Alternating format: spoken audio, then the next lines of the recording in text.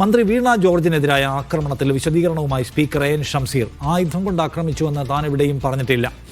അവശയായി കണ്ട ആരോഗ്യമന്ത്രിയെ ആശുപത്രിയിലേക്ക് കൊണ്ടുപോകാനുള്ള ക്രമീകരണമാണ് നടത്തിയത്.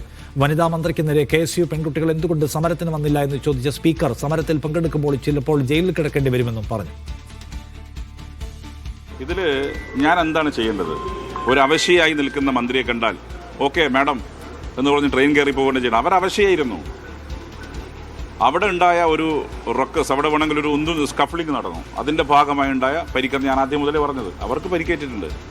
പിന്നെ ഈ മന്ത്രിമാരെ കരിങ്കൊടി കാണിക്കലും ജയിലിൽ കിടക്കലൊന്നും ഒരു ആദ്യ സംഭവമല്ല. എൻ്റെയൊക്കെ ഹിസ്റ്ററി നിങ്ങൾ നോക്കിയാൽ മതി. ഏതാണ്ട് 100 ദിവസം ഞാൻ ജയിലിൽ കിടന്ന ആളാണ് ഈ കരിങ്കൊടി കാണിച്ചിട്ടാണ്. അപ്പോൾ ഇതെന്തോ ഒരു മഹാജനാധിപത്യ വിരുദ്ധ പ്രവർത്തനം നടത്തിയെന്നാണ് KSU പറയുന്നത്. കോൺഗ്രസിൻ്റെ നേതാക്കൾ അതിന് എൻഡോസ് ചെയ്യാണ്. സമരം നടക്കുന്ന ആളെങ്ങനെയാണ്? സമരം നടക്കുമ്പോൾ അതുകൂടി ആൻറ്റിസിപ്പേറ്റ് ചെയ്യണ്ടേ? സമരം നടക്കുമ്പോൾ ജയിലിൽ പോകേണ്ടി വരും.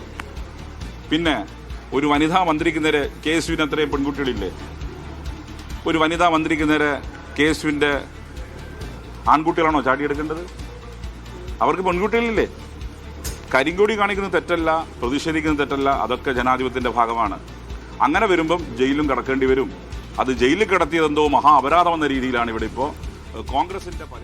അക്ഷയ കൃഷ്ണാനന്ദ് കൂടുതൽ വിവരങ്ങളുമായി. അക്ഷയ, എന്താണ് ഇപ്പോൾ സ്പീക്കർ ഈ കാര്യത്തിൽ നൽകുന്ന വിശദീകരണം? അതായത് ഈ വീണ ജോർജിനെതിരായിട്ടുള്ള ആക്രമണവുമായി സംബന്ധിച്ച് പ്രതിപക്ഷവും അതുപോലെ തന്നെ ഭരണപക്ഷവും വലിയ രീതിയിൽ തന്നെ ആരോപണ പ്രത്യാരോപണങ്ങൾ ഉയർത്തിയിരുന്നു. അതിനുശേഷം പിന്നീട് ഇപ്പൊ അടുത്താണ് വീണ ജോർജ് അതുമായി ബന്ധപ്പെട്ടൊരു മൊഴിയൊക്കെ നൽകിയത്. അതിനുശേഷമാണ് സ്പീക്കർ എൻ ഷംസീർ ഇപ്പോൾ മാധ്യമങ്ങളോട് പ്രതികരിച്ചത്. അദ്ദേഹം പറഞ്ഞത് ഇങ്ങനെയാണ്: ആയുധം കൊണ്ട് ആക്രമിച്ചു എന്ന് ഞാൻ എവിടെയും പറഞ്ഞിട്ടില്ല. അതുമാത്രമല്ല, കരിങ്കൊടി പ്രതിഷേധം എന്ന് പറയുന്നത് ഒരു ജനാധിപത്യ പ്രക്രിയയുടെ ഭാഗമായി നടക്കുന്നതാണ്. പ്രതിഷേധങ്ങൾ ജനാധിപത്യത്തിന്റെ ഭാഗമാണ്.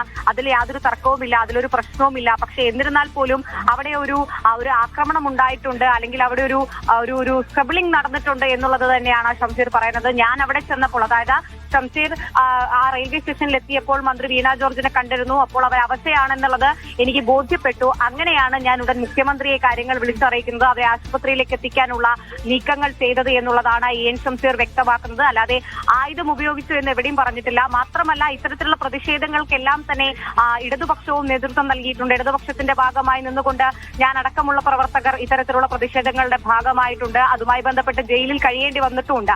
അത്തരത്തിൽ അന്നും ഞങ്ങൾക്കെതിരെയും എല്ലാം തന്നെ ഈ വധശ്രമവുമായി ബന്ധപ്പെട്ട കേസുകളെല്ലാം എടുത്തിട്ടുണ്ട്. അപ്പോൾ അത്തരത്തിലൊരു പ്രതിഷേധം ഉണ്ടാകുമ്പോൾ സ്വാഭാവികമാണ് കേസെടുക്കുക, വധശ്രമവുമായി ബന്ധപ്പെട്ട കേസെടുക്കുക എന്നുള്ളതൊക്കെ തന്നെ സ്വാഭാവികമായിട്ടുള്ള സംഗതിയാണ്. കോൺഗ്രസ് ഇരിക്കുന്ന സമയത്ത് തങ്ങൾക്കെതിരെയും ഇത്തരത്തിൽ കേസുകൾ ചുമത്തിയിട്ടുണ്ട് എന്നുള്ളതും കൂടിയാണ് എൻ ഷംസീർ പറഞ്ഞു വെക്കുന്നത്. നിഷ, ശരി, അക്ഷയ വിവരങ്ങൾ നൽകിയത്. ലഹരി